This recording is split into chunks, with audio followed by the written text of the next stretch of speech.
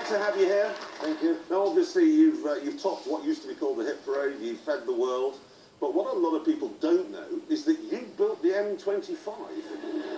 I did the M23 and M25, Jeremy. Do you know, I didn't even know you'd built the road to Gatwick as well. If you know the Merstham interchange, where you come off the 23 onto the 25, that's more or less where I had my road digging career. Yeah. And that's Geldof Corner. I know you've got Gambon Corner, which I'm sure we'll see later. Yes, we will. Geldof Corner's there, hence the tailbacks for miles on the M25. So it's when you go around that, Yeah. it's one of the best corners on the motorway network there. And you built that. I built that.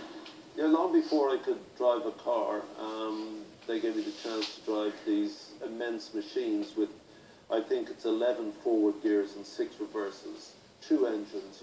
There's 2 throttles. You've got to sit like this with both feet on the throttles, and there's a big bucket in the middle which you drop, and off you go. And is it hard? It is hard. I was crap, yeah.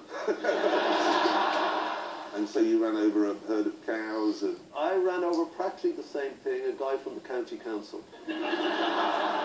On the haul roads, as they're called, there are no other vehicles allowed.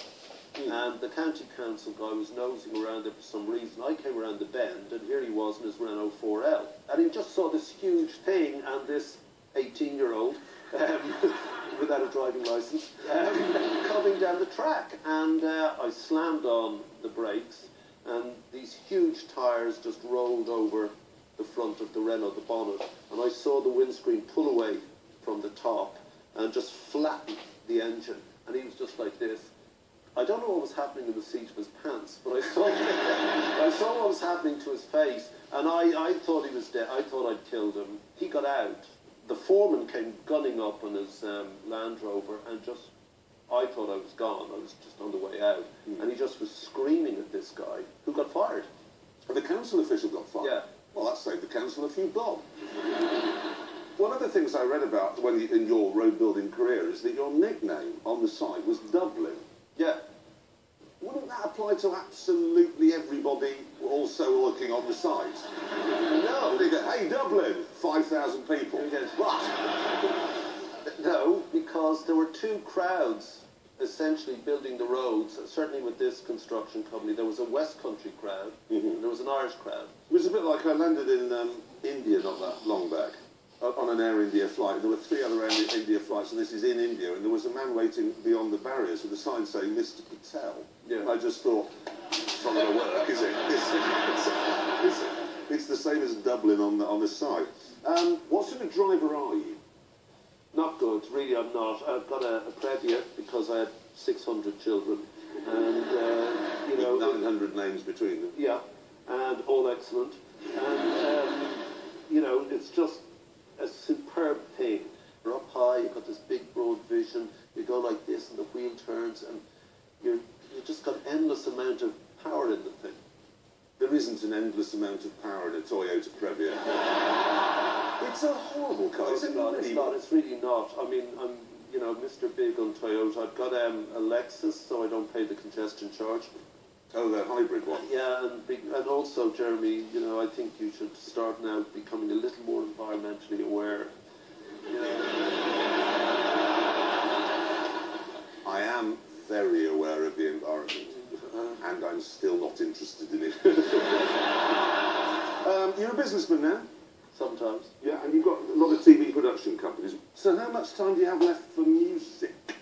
As most of the time, I'll do music. So there's still, you know, a lot of the time is spent on the Africa stuff and business stuff, music and the family. But the only thing I like doing, being specific, the only thing I like doing is music. Really?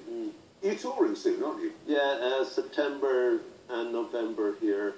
So, you know, north and south. Because you had the album out, what, 3 months ago? Yeah. Which was Bob Geldof age, well, it's actually, what was it, 58 and 3/4? It was 58 and a half, 58 yeah. and a half. So I was going to call it that, and then I saw a book called How to Compose Popular Songs That Will Sell, and I thought that was more ironic. It's a good title, that. Yes. Doesn't fit on iTunes very easily. How to... But no, so that you released that 3 months ago. You went on the, you know how to use iTunes. I do. What do you listen to in the car? What do I listen to? Rat Trap, I Don't Like Mondays. Classics. Classics. From the late 70s. Yeah. You got presume you got an iPhone. No, I don't have that. We spent about 2 hours before this extolling the virtues of the Nokia 6310. And does anyone remember a 6310? 5 days without a charge, without a reach. 5 days. Well, that's how long I do, because I've got no friends, so nobody rings me up. For self-evident reasons, the gene's been won. At least I put socks on. No, he came here. Look, I'm wearing a sock. But you don't have beautiful ankles. A beautiful turned ankle is something that I admire in someone. Your lab, how did it go out there? I'm so crap at this.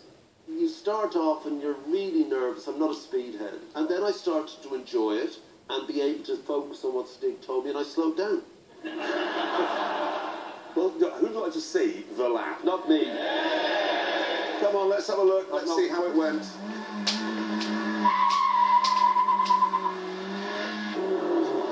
Come on.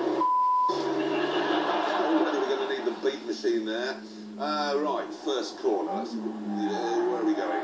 Nice wide line, like the look of that. Might be time to change gear. Slow. Go. You have to change up. Where are we going? Wide. You see, that's too fast in there. Okay. That's why it went skidding wide. Clarkson, Stig said it's raining now, and the track's getting slippery, so that's going to slow me down, so shut up, I'm not making excuses. Let's have a look at this torrential rain. Yeah, I can see what this Stig means. That is pouring down out there. Oh, wait, I don't mean pouring down, do I? Hang on. It looks so slow, it feels so fast. No, that is just quite slow. Change gear! Take this extreme bend and full throttle, just frightening. Oh, I say, that's good. Let's do slow down. Oh, you managed to stay off the bumpy bit there. And second to This last. is the worst. Oh, it is the worst. Down to the corner. Absolutely awful. No, that's the second to last. This is Gambol. Yeah, couldn't get it. And you a little bit too slow, didn't use all the road, but nevertheless, across the line.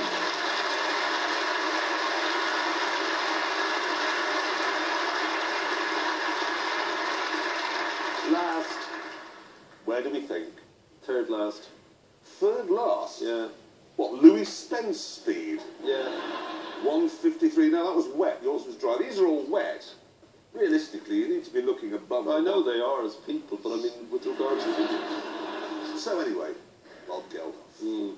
Don't say it, I'll watch it at home. I'm embarrassed. Seriously, I thought that was rubbish. You Yeah, did it. look at him. You did it. 2 minutes. I'm joking. I fully expect This that. thing's going, really? 1 minute, 48.1.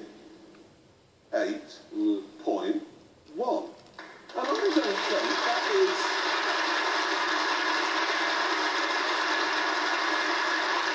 That's the result.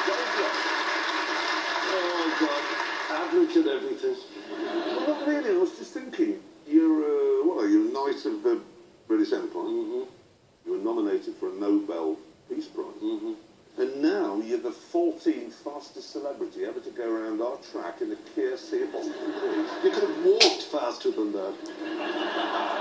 Hands up those who think you could do... You could be in the top 10 if you did it. Come on, hands up, you think?